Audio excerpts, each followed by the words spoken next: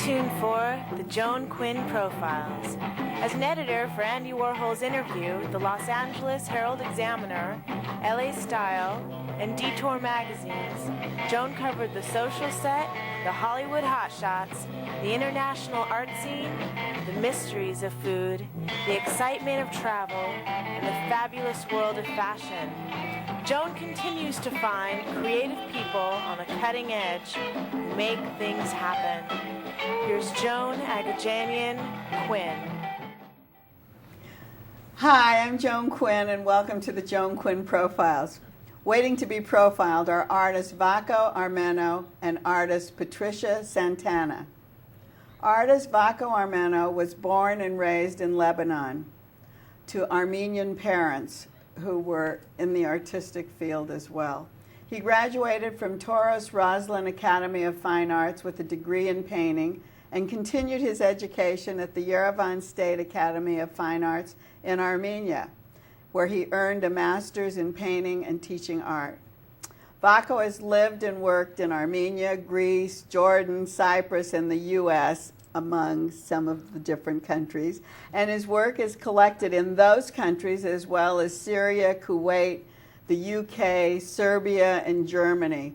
You're a real international guy, Vako. Kind of, yeah. Does your work change from country to country?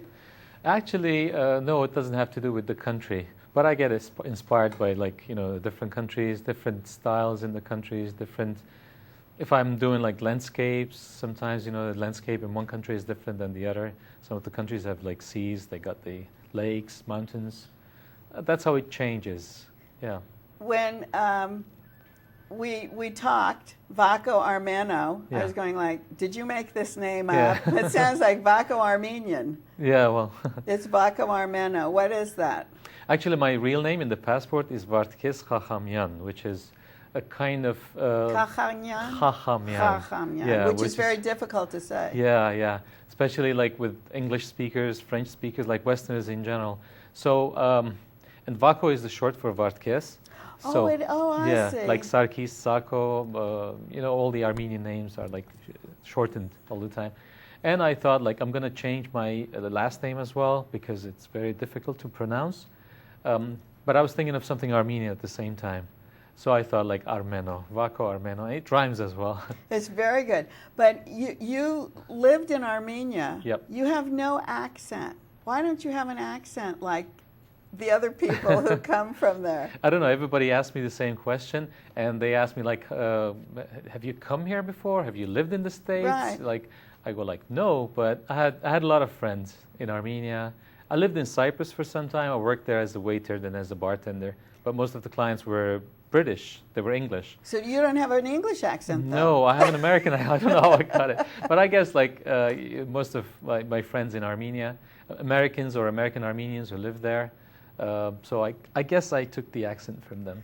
Well, and it's working. It is working. It's yeah. working. And talking about working, you worked in all those countries, and you said you got inspired by the landscape, whatever. What is your favorite medium? What do you like to work in? Most of my paintings are oil paintings. They are. On You canvas. still use oil on? Yeah. I tried acrylics 16, 17 years ago when like acrylics were new at that time. I didn't like it. It dries very quickly.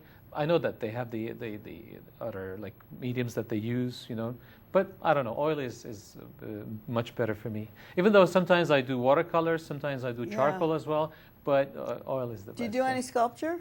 I tried when I was studying in Lebanon and then in Armenia, but it was we tried wood. We tried different yes, that's what stuff. I wondered. Yeah, it was good, but like I like paintings more. Yeah.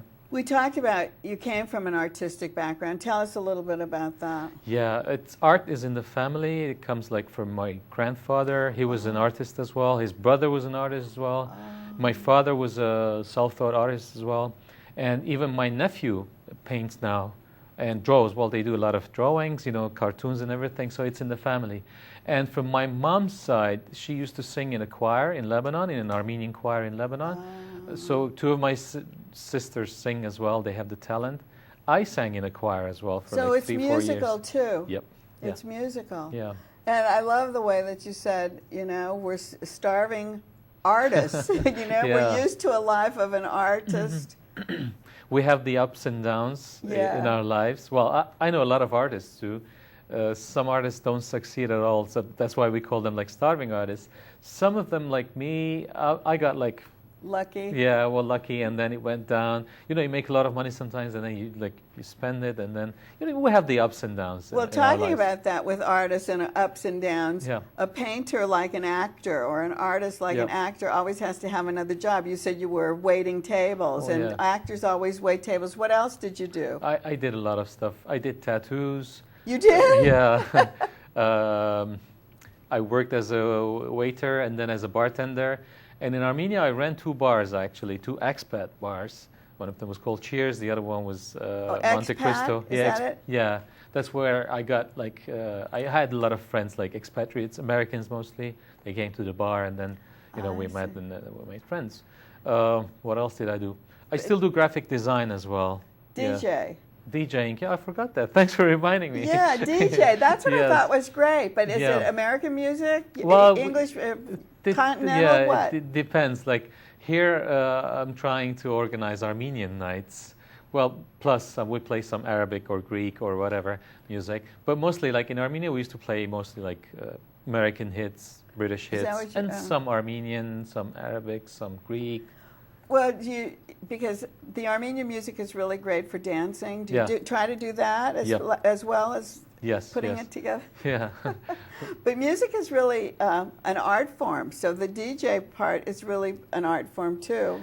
Well, it is and it is not at the same time. Well, some DJs, they mix their own music, they write their own music, they create their own music. Oh, you don't do that? Oh, no. Some other DJs, they play other like singers, like songs, and then they mix them. Well, it is a form of art in a way, because even mixing is very difficult, and that's kind of art as well. That's what I was thinking. Yeah. And you have to know your audience, right? So you have to read the... You see, what I do, like most of the time, is like I play my own sets, but if somebody comes and he goes like, I want you to play this song, if it goes with the whole mood, I'll play it. If not, no way, I wouldn't play. You say you're not that give in. Yeah. I know we're going to talk about your style and how you're influenced by different places, but when I met you in Chicago, I sat for a portrait, and I wanted you to go through that portrait situation, because it's here on the set. Yeah, it is. It is. It was a surprise for me, like when you said that you want me to do your portrait. And the time was very short, if you remember. We had only a few hours. And then, because it's oils, it takes time and everything. After you left, I did... First you started with a sketch. I sat for you first. Yes. Some artists use like pencil or charcoal. They do it on the canvas, and then they start painting. I do it directly with the paint. I don't know if you realized. With the paint. I see. Brown. It was brown paint. I did the outlines, if you can say it. And then we filled the spaces and everything. And then you remember it was totally different when we first did it, the first phase. Well, because it was plain. You hadn't applied your colors that you like so much. Yeah. Oh, well, my basic, like the color that I like the most is orange. And I mix it with its opposite, the blue. And then if you add the red as well, it's the Armenian tricolor, red, blue, and orange. So I use it most of the time, and in this painting I used it as well. So it's like you see it. The face is orange, the dress is red, and the background is blue. Which is the. Do you call this a certain style? Excuse me? You have a certain style? Yeah. You name it a certain style? Yeah, it's a post-impressionist. Yeah, but what I'm doing with other paintings is like I did a lot of stuff when I was younger. But I did surreal, I did cubism, but now I'm changing into like post-impressionist. Like this? Yeah, kind of similar to Cézanne. And because I like music, so I did these. Where were these done? In Chicago. Oh, they were? Okay, I'm going to go through like that. I didn't have a studio, so I did them in my friend's balcony. That's great. And windy Chicago, very cold. Did you use people? Actually, the first 3, like even these 2 as well, they're all me. I used the mirror. I did the sketch first, you and then did? Okay, I'm going to go through a couple of times. Yeah. These were what was great. These are the interiors, because I saw Yes. an exhibition of your work at the Armenian Library in Boston the Yes. first time. And they were interiors of your apartment. Yep. So you can paint anything. You can paint the studio, Yes. actually. Yes. You see, what I thought, like a few months ago, last year actually. There. I looked out of the window because I was doing buildings at that time, and it was snowing in Yerevan in Armenia, and the picture was very boring. It was just white and like with the buildings, and then I looked inside the apartment. Oh, that's yeah. how There it it was? is. The other. Oh, is yeah. this it? Yeah, these two. Yeah. And I said I'm going to do my apartment, and then I took pictures, and then I used like my colors, of course. So that's how they came out. Yeah. I use my style and my colors. The colors are not like that in The other apartment. two, I see. So Yeah. they're not really like this Yeah, I one. changed the colors. This yeah. is Oscar Totosian's house. Yes. Who has a rug gallery in Chicago. Who's Yeah. a good friend of ours. Yes, and that's where I exhibited my paintings. And this second one on the right, yeah, it's his mom's it's his mother's living room. Yeah, but it was very gray, but I changed the colors. But they're all the same colors. Okay, let's go on a little bit Yeah. further. Did we do this one yet?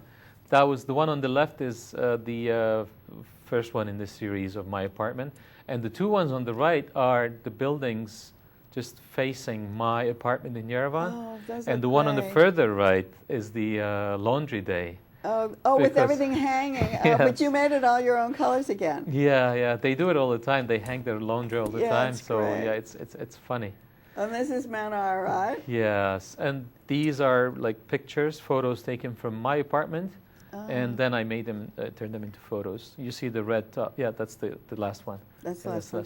You see But- the red rooftops there, beautiful. But And- everyone always talks about, oh, I don't want to be a painter like a Mount Ararat painter. But you've made it in your own style. Yeah, the thing is that like just like the Acropolis in Greece, Yeah, or the exactly. Colosseum in Rome, Mount Ararat is a big like painting subject, if we can say, the painting theme in Armenia, and a lot of artists do it like very mass-produced Ararats. Yes, that's what I mean. So Yeah, you don't because a want lot to of do that. yeah, because a lot of tourists come and ask for like cheap paintings, well, inexpensive paintings. But I use my style, so it's kind of like my post-impressionist, kind of impressionist as well. Excuse me, Ararat. Yeah, but it's Ararat. Yeah. And we're glad you came and told us all about it today. Yeah. Thank you so much, Vako. Thank and you. Thanks for watching this part of our show. Patricia Santana, author, will be with us right after the break.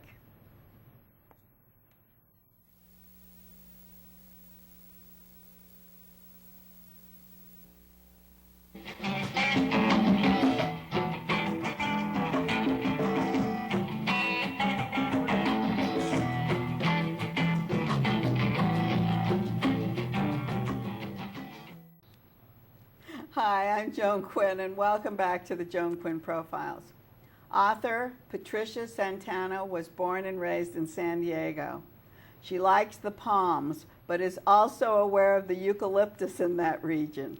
She'll tell you all about it when we talk about her book. She graduated from University of California in San Diego with a degree in Spanish and English literature, and went on to UCLA for a master's in comparative literature. Her first book, Motorcycle Ride on the Sea of Tranquility, won lots of awards.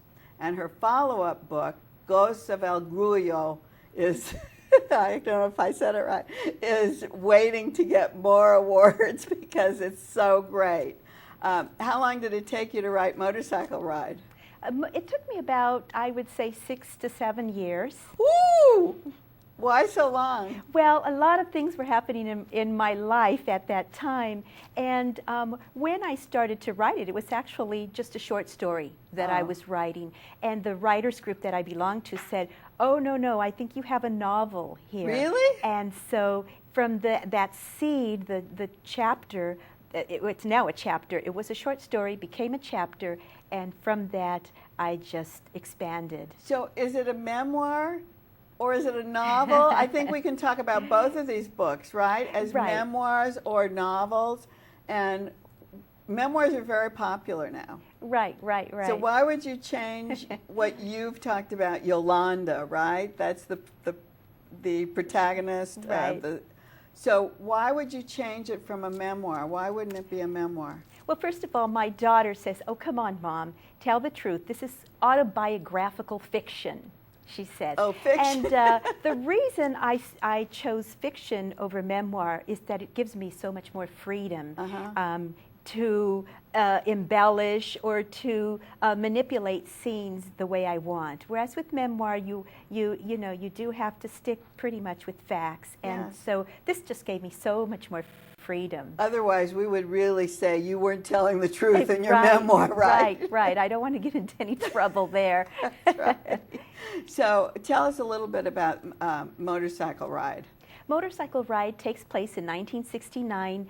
Yolanda, the protagonist and the one who's narrating the story, is 14 years old, and she tells what happens to her and her big Mexican-American family when her brother Chewy returns from Vietnam. Oh, so it starts there. And then does she go back and talk about the family in Well, yes. Mexico? There are some flashbacks, but most of it takes place 1 year in her life, and it is a kind of a coming of age. And so as she is becoming a young woman, so too her family is going through some very big changes, because when Chewy returns from Vietnam, he returns emotionally and mentally damaged. And so what happens to the rest of the family? They have to respond to him. Exactly. And what is Motorcycle Ride? What is Motorcycle Ride? The title, because it's on your tranquility of your family, right? Right, exactly. It takes place in 1969, so I have a lot of moon images, because in 1969 is when the men landed on the moon for the first time. So as the men are landing on the moon, so too the Sagun family is landing on new territory, and that is dealing with their broken brother, son. And dealing with trying to heal his spirit. And this is a teenager watching what's going on in the family. Right. How'd you pick the name of the family? I just love that name. It's not a real common name. And Sagun? Sagun. The H is silent. Everything that you've written was so hard for me. And when I was reading Ghosts, I was going, well, I like the way she brings in these Spanish words. She talks about tia and cállate and adios. I mean, words we know, but you kind of like integrate them and then explain them along the way. So it's kind of great the way you did that. But thank you.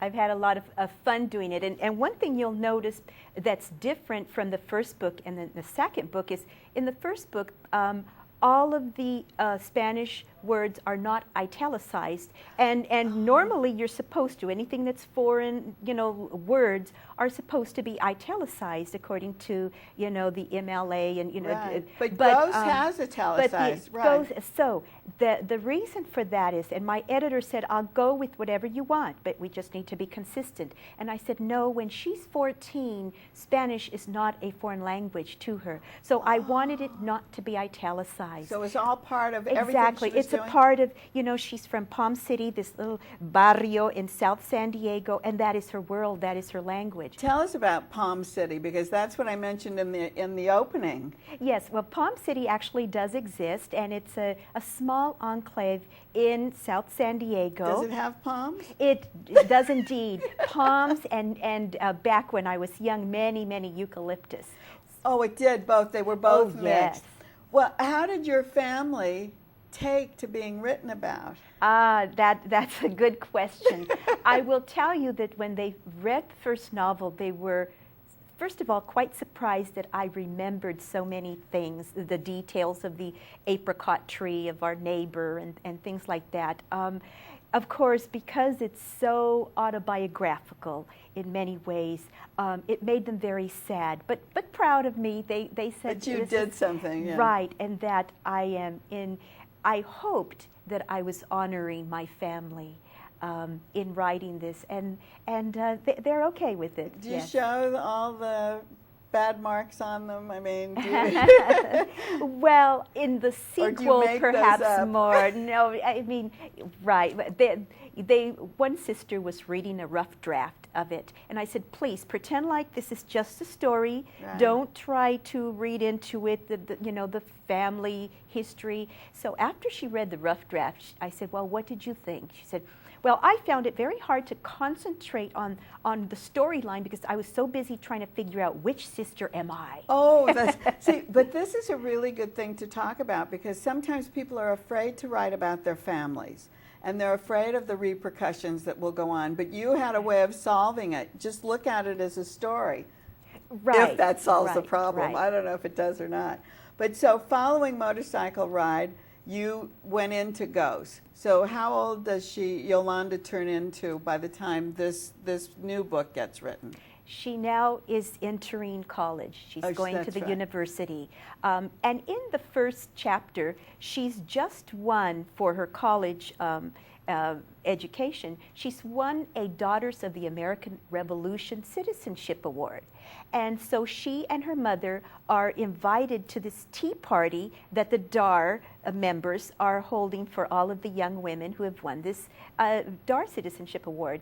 And after they leave the tea party, and of course Yolanda is a little bit, sarcastic and cynical about it, and she turns to her mother, who is Mexican, now an immigrant in South San Diego, who doesn't speak very much English. And so she says, well, Mama, what did you think of this, tea party? And her mother says, I'm very proud of you, and I'm proud that they are honoring you. And then Yolanda, with her kind of cynical attitude, she said, yes, Mom, but I have nothing to do with the Daughters of the American Revolution. I was nowhere near, the Plymouth Rock and the Revolution. And she says, you have everything to do with the American Revolution. That's the mother who brings her back down, right? Right. And perhaps a little bit of foreshadowing that Yolanda, it's the early 70s, will indeed have a lot to do with the women's revolution. Oh, that's great. So that does transfer over to what she starts doing in college and how she leads her life from there on. I thought the descriptions of San Diego, of course you're a native, but it was so vivid. Oh, I love San Diego, yes. And I suppose it was a tip of the hat to my San Diego as well.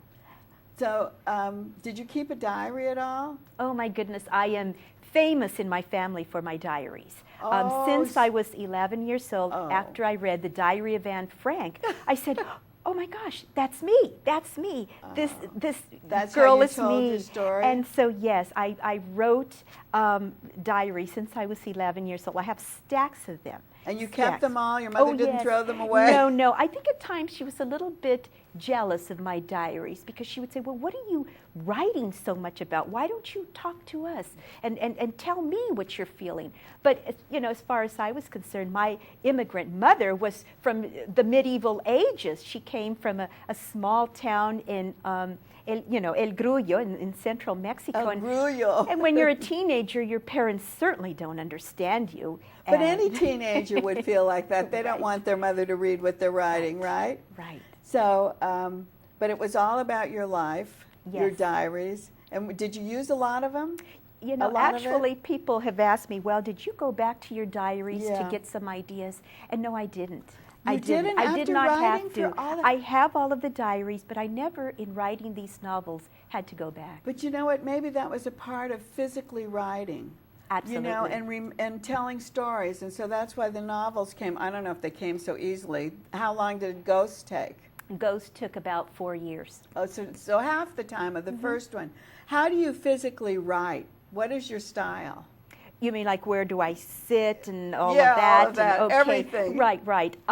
I have a portable, a laptop, and I'm either in the dining room or at the library in a little room. But with your...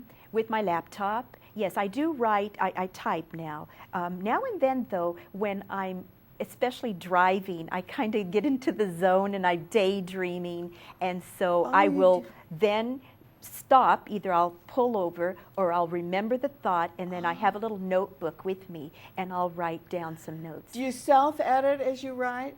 Are you self-editor? Well, here's what I try to do is not edit in the first draft. Just write as much as possible, and then go back.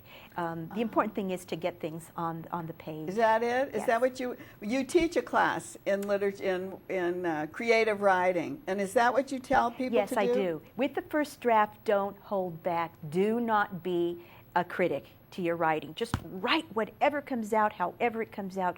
Later on, you will correct it, you will add or throw out, whatever. Can you take thoughts that, like, say, from the first 10 pages you've written and take those out and put them somewhere else? Is that?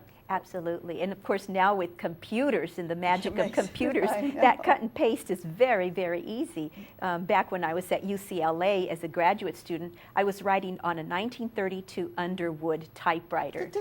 Yes, and it was very And then therapeutic. Yes, White and then out? white out. But yes, I would write on my little Underwood typewriter. And are you writing a third I am book? indeed. You are? I Where, am. we getting her married? Well, I'm holding off on this being a trilogy, and the third will be her as a married woman and the challenges she has, and then the ultimately failed marriage. But I've decided to go and do a deviation, and it takes place in 24 hours in El Grullo. And Yolanda You mean when is she not goes to telling visit? the story. I She's see. visiting, but actually I've decided to write about the quirky characters of El Grullo. So that's your third book. Yes. And this book tells of all of her life in school. Right, in the university, university. but also going back to El Grullo and how there's that tug of our ancestors and of our culture, of the culture that belongs to our ancestors, and how she is a product of both her American culture here, but also she cannot deny those ghosts of El Grullo. No, it takes time, though. It takes time for you to realize that you want to be have those ghosts a part of your life. Absolutely, absolutely, and that is part of her coming of age as a woman. Yeah. Right, right. Well, you're a wonder in the Hispanic community. I know everyone looks up to you and thinks you've done such a great job. And I thank you so much for coming today. Oh, my pleasure. Thank you very much. And thank you for watching the Joan Quinn Profiles. Don't forget to email jaquinn1@aol.com. And keep writing 777 South Figueroa, 44th floor, Los Angeles 90017. See you next time.